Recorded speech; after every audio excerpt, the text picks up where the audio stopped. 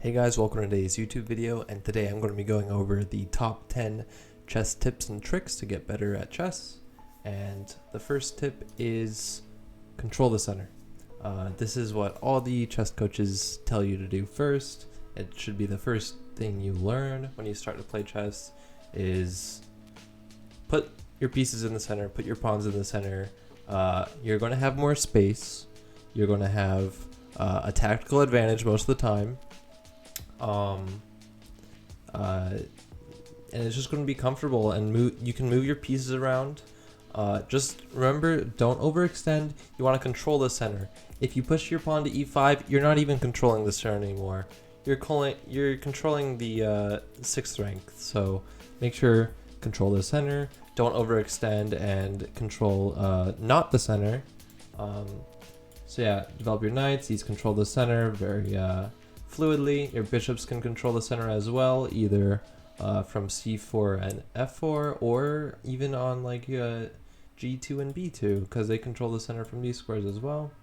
So yeah, I'm just gonna go through an example here and just show you like what the difference is between controlling the center and not. I did say the bishops can control the center from Fiat and Keto positions, but white center is considerably stronger here since he has more pieces in the center, his pawns are controlling the center, and his bishops are also controlling the center. So that's a total of 3 different pieces, if you don't even count the queen controlling the center right now, even though it is supporting the d-pawn.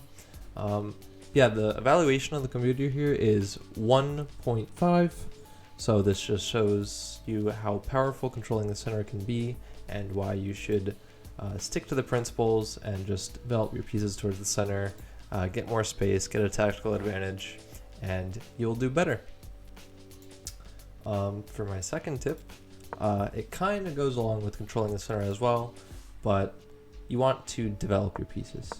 And I'm just going to show you, like, black is breaking and opening principles here, and moving pieces twice in the opening, which neglects the development of other pieces. So we're just going to play a3, kick him back, don't let him do anything, and then we're going to keep developing. Okay, black wants to attack again, nothing, because they're, I don't know, they like moving the knights. Horsey go burr, you know? Yeah, you just kick them away, and they go back to f6, and again, we just control the center, open up our bishop to develop, and we get a comfortable position. The evaluation here is already +2, which is kind of crazy if you think about it, since we are not up any material. And black hasn't done, honestly, that much wrong, even though this a6 move was kind of just a silly move to throw in, just to show an emphasis on controlling the center and developing your pieces. But yeah, this just goes to show how powerful controlling your the center can be, especially when you develop your pieces. You can already play moves like knight g5 here. For example, that's probably not a good example for knight g5, but for example, knight g5 here can already be very powerful. The evaluation just goes to 3.4 here. The only move to, keep any sort of life is d6 here, which is kind of depressing. And if black is inaccurate, they can get checkmated in one move on f7 with a bishop. So that does it for that example and tip. And the next example I'm going to go through is probably the most important one, and it is keep your king safe. Castle early. I have been taught this many times through my own games and mistakes. It's the worst, especially if you're playing like a tournament over the board, and you just like take a pawn with neglecting castling, and you get punished. You really do get punished for not protecting your king. And I have learned that castling is so much more worth it than taking a free pawn. I'm just going to show an example of what can happen if you neglect castling and your king safety. So black honestly isn't doing that much wrong here, the defending stuff, but we come out with this tactic since the king is unsafe. So now the pawn is pinned to the queen and the king. So, for example, if black goes after the bishop, being, haha, what are you doing? You take the pawn and you pin the queen to the king, and they lose the queen. Goodbye, queen. And boom, you're up a queen on move 14 because the enemy is a bozo that doesn't protect the king. And they're also hanging a knight. So yeah, just protect your king. Do it even if it, comes at the cost of, a pawn. It's worth it. King safety is the top priority in chess. Don't get checkmated because of a pawn. It's not worth it. Just castle your king early, ASAP. Yeah. So on to my next tip is have a plan. You're not going to make any progress in the position if you don't have a plan. And I'm just going to go through an example in the London. Black is kind of just playing normal moves, and like this is legitimate thing. But essentially, like after you reach this position out of the opening, like you just played all the normal London moves, but now what? Like what do you do now? And I didn't actually go over this too much in my London video. Check that out, by the way. Is like plans that you should do after you reach this opening position.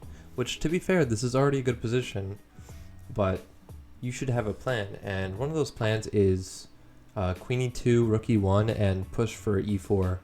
And almost immediately, we just have a big advantage after opening up the center. Again, putting our pieces in the center. That's a common theme. And after we have all our pieces in the center, black is only kind of controlling the center with the knight, even though the knight is kind of restricted. And we already have a sizable advantage of +1, which is equivalent to a full pawn, and we're not up any material here, which is, again, also going back to why you should control the center and develop your pieces, especially onto active squares. So yeah, just make sure to keep having a plan. For example, just look at positions and try and come up with plans, like maybe you want to go queen d3 here and give it a check, but that's not really a plan. That's kind of just like, ooh, I give check, me give check, me give check, good. And then you give a check and then you, lose the bishop by getting it trapped. So instead, try and play like simple things like rook d1, rook e1. Try and push d5, open up the center, your pieces are more developed. Put your knight in the center. Put pressure on this pin piece, which is actually going into my next point is pin your opponent's pieces. Pins are probably the most effective way of putting pressure on your opponent, and they can lead to very quick wins. I'm going to show a rather simple example here of just pinning the knight to the queen and then attacking it with another piece. And there's this funny term in chess called put PP on the PP. Like, could we not have come up with a better, word or something? But don't click away from the video. Don't click away. It just means put pressure on the pinned piece. And that's what we're going to do here after knight to d5. Nothing can really defend it unless black wants to go back, but assuming they're a beginner, that is not a very feel-good move, and let's be honest, beginners definitely don't like playing those kinds of moves. So after knight to d5, and black's like, ooh, this is annoying, so I'll just kick away the bishop. They immediately have a much worse position after bishop takes and pawn takes, and this is going back to a bad pawn structure. You can put a nice knight onto f5 and have a good outpost there. You can also throw in a check on g7 from that position. You can get your queen in there pretty safely after you move your knight. Yeah, this is just a very uncomfortable position for black. They can't castle this way unless they're absolute barbarians and want, to get checkmated very fast. So yeah, pin your opponent's pieces, put pressure on the pinned pieces, and dominate your opponents. And this brings me to my next tip, is to look at what your opponent is doing. Don't ignore what your opponent's doing. I'm guilty of this. I've done this before. I get tilted and then I just absolute zone out and just like, okay, I'm just gonna do normal things and not even look what my opponent's doing. So yeah, you'll notice here that you know, if you just like, oh no, my knight's being attacked, I gotta move it, and then you get checkmated 1. Like, you got to really pay attention to what your opponent's doing, or else you're going to make the dumbest mistakes and you can get checkmated in 1 move. We're all guilty of it. I know we are. You can try and say you aren't guilty of it, but we all know that you are guilty of it. Everyone has those games where you just kind of ignore what your opponent is doing, and then you play like a really dumb move just because you don't know what your opponent's doing, and you get checkmated. So pay attention to your opponent. Take a break if you're tilted. You just need to pay attention to what your opponent's doing in order to play chess. And on to my next tip is don't be materialistic. Of course, material is a good thing to have an advantage of, but if there is a sacrifice that gives your opponent more material than you, but you checkmate them, who's really better off, you know? So I'm just going to show a quick little example here of, you know, black playing normal moves. They want to get their knight to the queen side for some reason, and then you give him the good old Greek gift sacrifice, sacrificing a full bishop, and after knight check, king goes back, and queen to h5. Black may be up a piece for a pawn, but the evaluation here is mate in 21, but it will be more simple than that, since the top engine move is queen h2 check.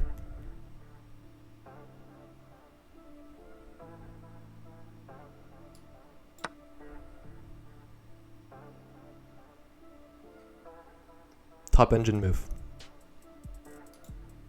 I don't think your opponent's going to find that one. I'm gonna be honest. So yeah, just don't be materialistic. If you see a sacrifice that works, make sure you calculate it out. Enemy doesn't have any defensive resources. Sacrifice your piece. You're going to checkmate your opponent. Sacrifice your piece. You're going to win back more material. Sacrifice your piece. Yeah, don't be materialistic. Material is always good to have, but checkmating is definitely much better. So on to my next example is know a couple endgames at least. Know some principles. Bring your king to the center. Attack pawns. Push your pawns. You want to promote them, so don't just neglect them. But know some endgames. Like, you should know how to win this endgame. You have king opposition, and you have a pawn, and the king is just alone. So I'm just gonna quickly win this. Okay, it's my turn apparently. Oops. So yeah, you just very quickly win this after controlling the promotion square. And black cannot do anything. And you have a queen, and you should know how to checkmate with a queen and king, because I made a checkmates video that shows you how to do that. So yeah, you should just know how to win at least a few simple endgames like that. Either being like 2 pawns versus 1, you know, getting a pass pawn in a simple fashion, and king opposition is a big theme in chess. Now on to a couple more tips that I cannot really show on the chessboard, and one of them is to stay calm under pressure. Often I see the most damaging thing to a person's chess game is their psychological state or their mental state. Like, a lot of people start freaking out sometimes and think they're worse, and they start just playing worse because of that, when in fact they had like an advantage. And I actually recently saw this on a Gotham chess video where he like was insulting his opponent about wanting a draw. So he took the draw, and then lo and behold, he had a rather significant advantage in the position. So that just goes to show you what a psychological state can do. You should be more confident, but you shouldn't be overconfident. You shouldn't be emotional in evaluating your positions. And just try and keep a clear state of mind and focus on the chess and not your emotions. And on to my next point and final point is analyze your games. The main way you're going to get better is to analyze your chess games, go back and see what you did wrong. Don't make the same mistake again. If you play a bad opening, learn what you played wrong, and just never play that line again. Or just find a line that does work instead of playing the bad line that you just played. Find like why you blundered. Did you miss a simple tactic, or did you make a bad positional mistake? Just noting things down like that and knowing what's good and what's bad to do will just help you improve your chess so much and so fast that it's just invaluable. So yeah, that does it for today's video on the top 10 tips and tricks to get better at chess. And don't forget to like the video and subscribe, and I'll see you tomorrow.